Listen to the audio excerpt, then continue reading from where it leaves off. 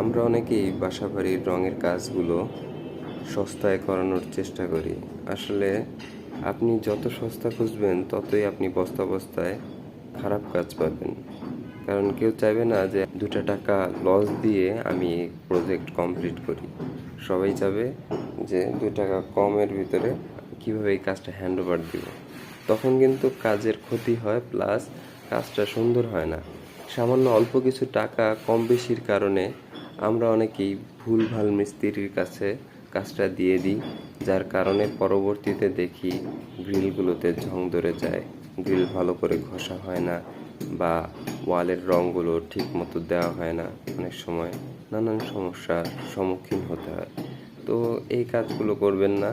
লাগলে 2 টাকা বেশি হোক, যেন কাজটা অ্যাকুরেটভাবে হয়, পরবর্তীতে যেন কোনো সমস্যার সম্মুখীন না হতে হয়। দেখতেই তো পাচ্ছেন প্রত্যেকটা গ্রিল কিন্তু আমি সুন্দর করে ঘষে নিয়েছি, কোথাও ময়লা নেই।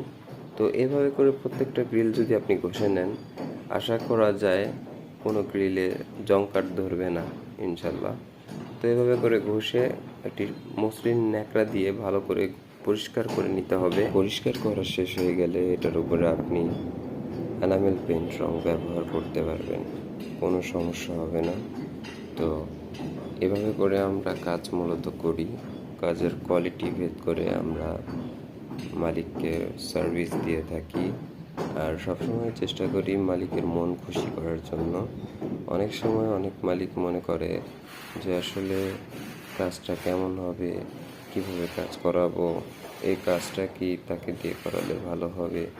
আসলে এরকম ভুলভাল চিন্তা ভাবনা মাথা থেকে ছেড়ে ভালো একটা মিস্ত্রি দিয়ে কাজ করান।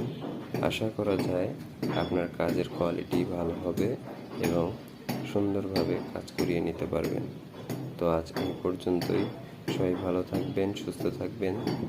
দেখা হবে নেক্সট ভিডিওতে।